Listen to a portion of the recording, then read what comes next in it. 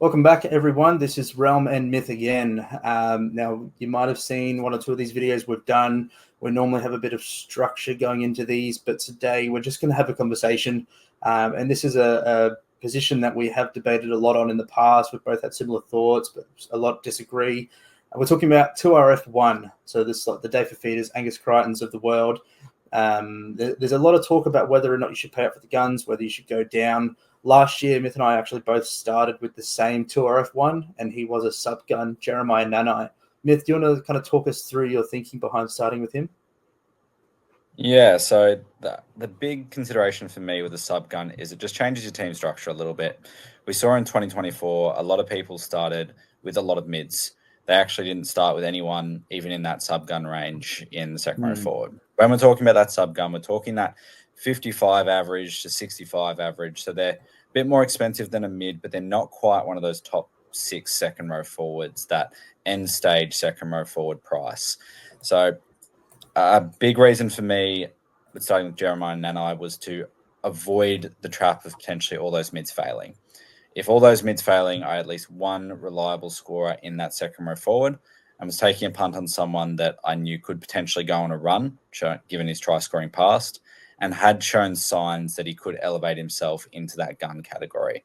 It didn't happen in 2024 for Jeremiah Nanai, but he was still a handy pick over those early rounds because I didn't have to trade him, just rode the wave and got some good scores towards the end of his period in my team before Origin. You started with him as well. Similar reasons? Yeah. Did you have something to add there? No. What I really liked about him was that he was a bit discounted due to the previous season. He battled with injuries and things like that, so he did come in a little bit underpriced. He had shown his ability to have decent enough base as well the previous season. I can't remember the stats exactly off the top of my head, but there was a lot going for him, and it was worth a shot.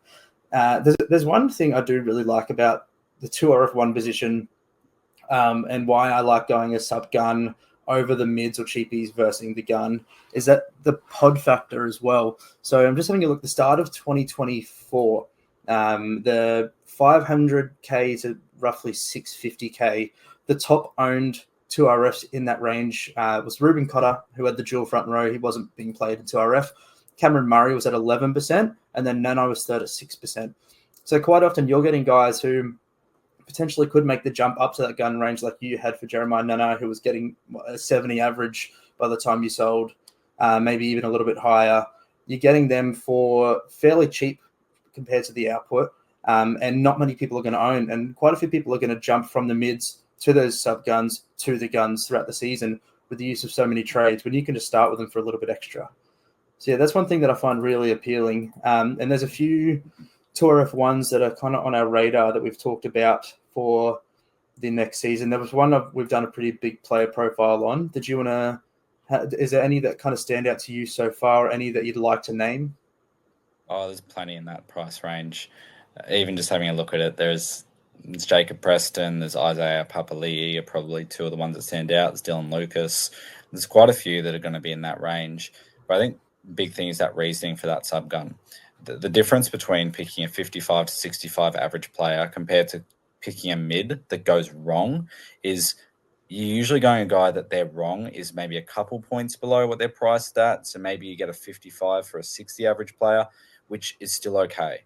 It's not a disaster. Having a 55 in year 17 through the first 8 rounds of the season isn't going to hurt you from a points perspective compared to what a 45 pointer would get you as a mid, or even worse if the mid's dropping 40s like Brendan Piakura decided to do for half the opening of the season last year.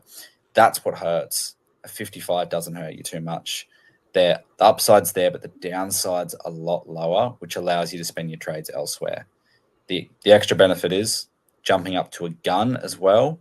It's usually only 100, 120, 150,000 to do it, which is much easier to grab than the 250 that you might need from turning a mid into a second row forward. But there's a little bit extra reason why to go the sub gun this year over the guns.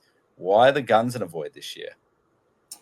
They are super high price, but if we're looking specifically at the